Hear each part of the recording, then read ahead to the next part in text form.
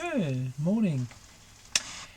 I bought this lovely accordion. It's a Selma and it's probably from the 1960s. 1, 2, 3, 4, 5, 6, 7, 8, 9, 10, 11, 12, 13, 14, 16. So that's 80 bass. It looks really nice. Really just got a kind of vintage but nice looking accordion. And it's in pretty good shape externally. It's in nice condition. There are a couple of issues, which is maybe why I got it quite cheap. So I'll just show you what the issues are. You can probably tell already, but I'll just show you anyway. So if I pull the bellows, I've taken the straps off because they're a bit broke.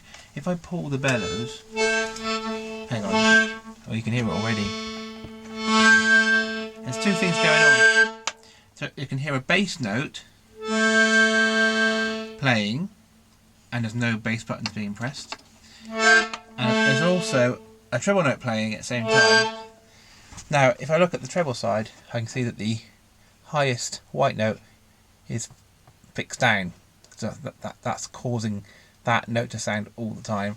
Now, what's causing the bass note to sound all the time is going to be something to do with, it's a bit annoying actually, something to do with the pallets on the bass side. So one of the pallets on the bass side is open probably, and that means you can hear the sound continuously.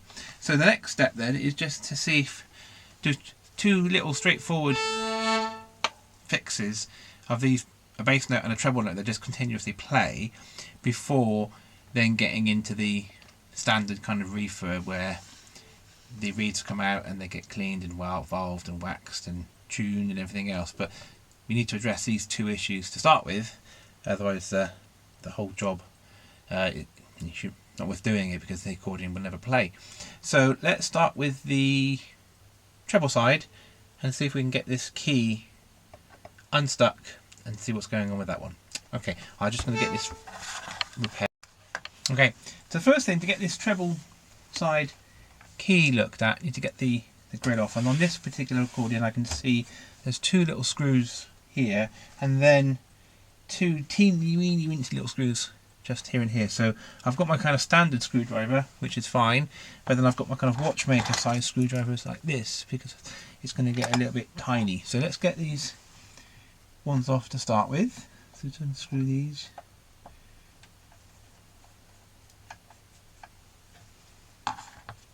Just pop those down for a minute, and then we can take the grill off and have a little look, see what's going on. So it's always nice to, when you get a new accordion, like it's not new, but when you get another accordion to work on, you never quite know what you're going to get, and that's quite part of the challenge really. Part of the fun of it is that trying to work out what's going on and have a look inside. So it's quite interesting.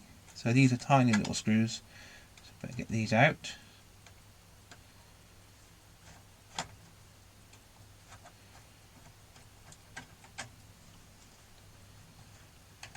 Put them down carefully.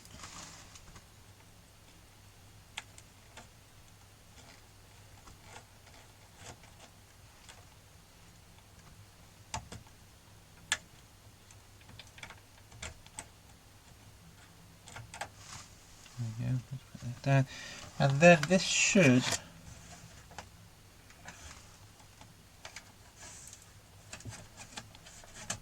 oh no, there's two more. Can't see them.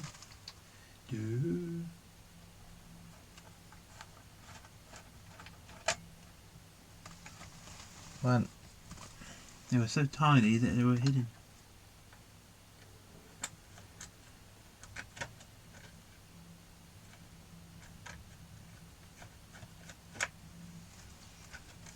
There we go. Way! There we go.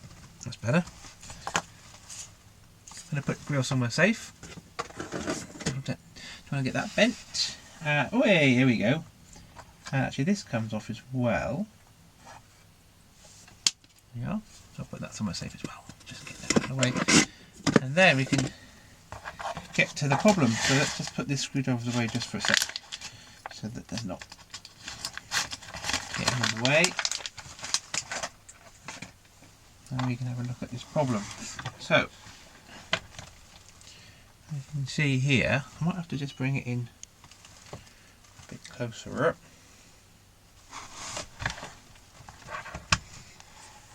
Okay, so this is where the key was stuck down, and I can see that is wedged open. So that's just continually open. So that's got wedged. Oh, there we go. So I need to see now what's actually causing that to get jammed, and I think it's getting jammed just between the pallet and the side of the case. So the first thing I'm going to try, I'm going to get some sandpaper, and I'm just going to take a little bit off that edge there, because that looked to me where that was getting caught. So I'm going to get some fine sandpaper, and I've got my fine sandpaper box here. And what I'm going to do is just carefully, I've got my specially cut size piece of fine sandpaper, I haven't really, so I'm just going to take a little bit of that off, get that edge.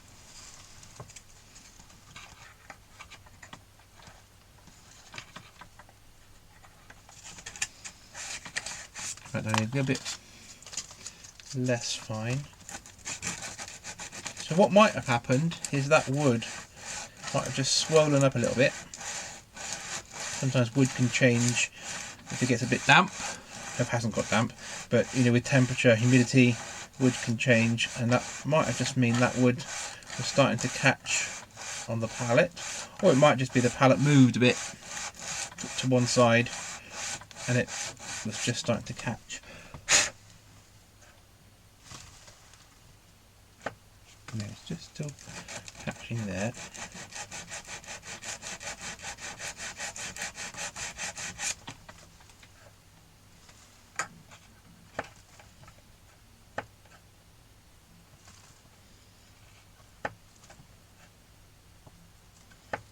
So what I'll do, I'll just do a bit more filing sanding, and I'll come back and show you what I've done. Okay, I've actually had another thought, because I've done a bit of sanding here so it wasn't catching on there, but as I'm pushing the key, I just feel it catching and feeling rough just here between the key and the case, right on the end here, and I can just get some sandpaper in there, and if I start to get some in there, the key lifts back up again. You can see that. So what I'm going to do now, I'm just going to take a little bit off the case on this bit here, right next to the key, because I can see it's actually touching. So that is actually starting to catch. So I'm going to do a little bit more sanding. So that was worth doing, because it was definitely very close there, but this I think is actually more likely to be the culprit, because it feels really stiff just at that point. So I'm going to do a little bit more. I won't film it necessarily because it's not the most exciting thing in the whole world, but I'll show you where I've got to when I've just had a little go freeing up this key at this end. Alright, it's back in a second. Okay, success. So I've used quite a few bits of this 120 grit. You can see all the black on it, ooh, all the black from the casing. So I've nearly finished, and I've made sure that the sandpaper is facing away from the plastic key, because I don't want to be sanding the key necessarily, because that's going to get scratched, but sanding the wood is perhaps just a little bit of a better thing to do, save the key from getting scratched up. So I'm just finishing off this now, just getting rid of this edge on here. Hey, there we go. Just a tiny bit more. So we'd have won this little battle, which is nice.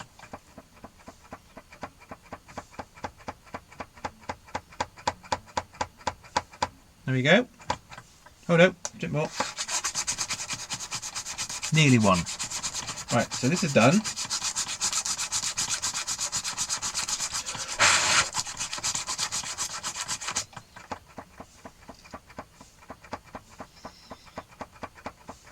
Brilliant. Okay, there we are. That's the first bit done.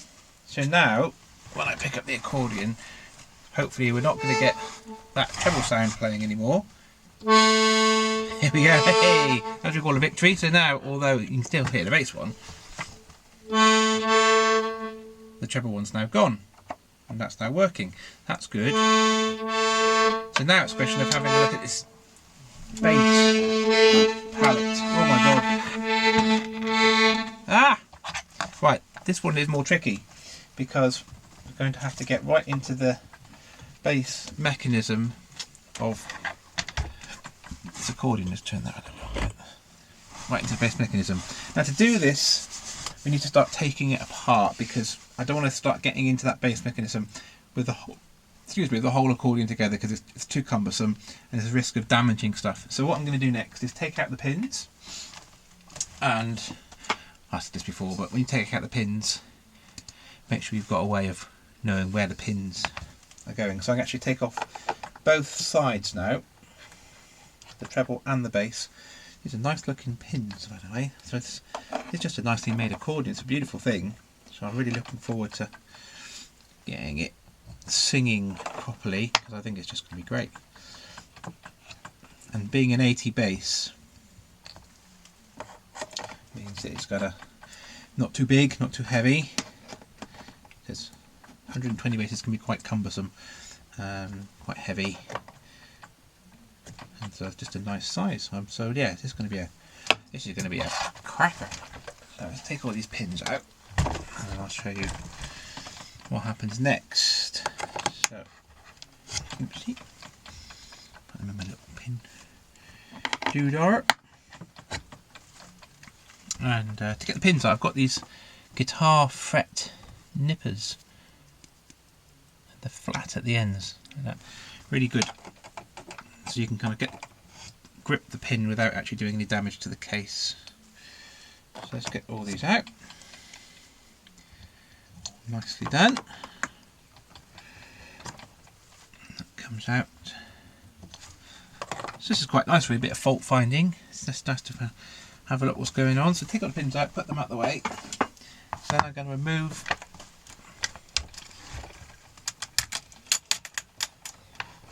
the treble side. While I'm doing that, just have a quick look. Ooh. Okay. Doesn't look like it's been serviced before. These look like original valves. They all need doing. They're all looking a little bit curled up, but it's in good shape. Just put that carefully down for a minute. Don't need that for a sec. And now we've got the bellows. Now, another thing with the bellows is when you take them off, you just want to make sure you get them in the right orientation when you put it back together again. So I'm just going to put a little mark on here, so then I know which way around the bellows go back on, just in case there's any doubt, because you want to make sure the pins are lining up properly when you put that together. So that's that. And the next thing I'm going to do is I'm going to take out the bass reed blocks as well, because I just don't want to be mucking about with the bass mechanism with these reed blocks in place, because that damage can happen. So if I just carefully take these out, and they can be looked at later. There we go. Oh, hey. Now, as I look at the bass mechanism, I can see that one, I can see actually, but this one here is open. That pallet there hasn't closed, and all the other ones have. So that's the one that's causing the noise, the sound to be always playing, because that's not closing up. So I can't fix it from this side because I can't see the mechanism, so I'm going to have to go to the other side. So I'll show you how I do that. So first thing is to take off the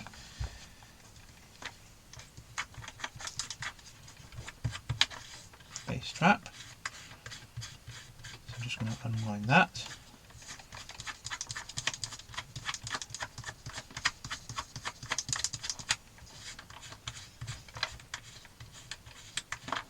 There we are. And then the next thing, once that's out of the way, is just to remove the base panel here, and this is just small screws. So let's take these out. Just be careful not to lose them or get them molded up.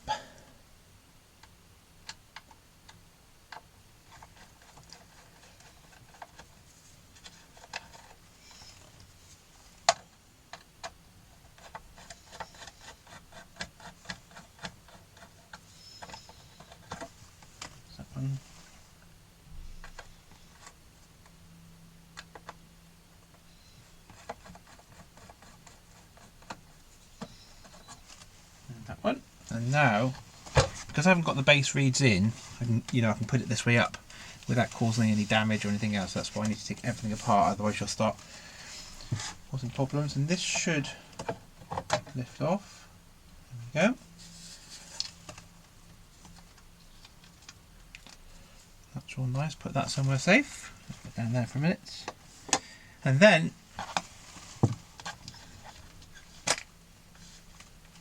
we are into the base mechanism. Now we've got to find out which pallet is causing the problem. So just give me a second, I'll just have a quick look and then I can come back. So I've actually fixed it without trying too hard. I was just looking at the pins on the base mechanism, and as you push down the button, these pins are coming out this way. They push down like this, and they push down on a little arm, and that arm then moves the next part of the mechanism. And two of the pins going this way were just permanently down like that. They just got a bit stuck. So I just got my screwdriver and they flicked them back up, and they flicked back into place. And that was all it was. So the two pins were just stuck down for some reason, don't know how they did it. And then when I free them up, all the pallets are now sitting over the holes. So that's quite a nice easy fix. So what I'll do, I'll just have a quick look, get me professional air blowing system in there, and all of the pins now look like they're in the right place, and all of the pallets are now covered. So that's nice and easy. So what I'll do now is I'll put this all back together, and then we can then see how this accordion is now playing. Give me a sec. Okay, here we are. So I'll just turn that round a little bit, put it all back together, and if I open and close the bellows, nothing at all. And the compression's fantastic, absolutely mint. That's really, really good compression. So that's great. Let's have a look at what the sound is like. I haven't got any shoulder straps on.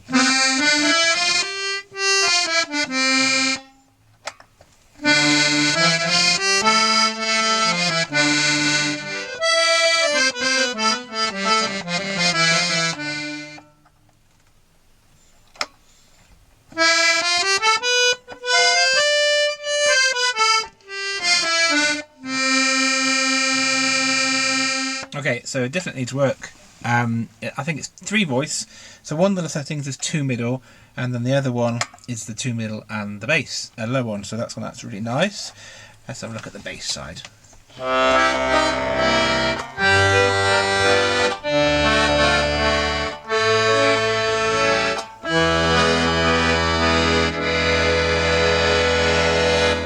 So it sounds nice. So yeah, so this is just now ripe for a restoration. Reed's going to come out, everything's going to get sorted out, but now just having solved those 2 problems so that it doesn't make noises when I open and close the bellows, that means I can concentrate on then getting the whole thing nicely working. So there you are. Hope that's useful, and time to get cracking on this restoration. Okay, thanks for watching.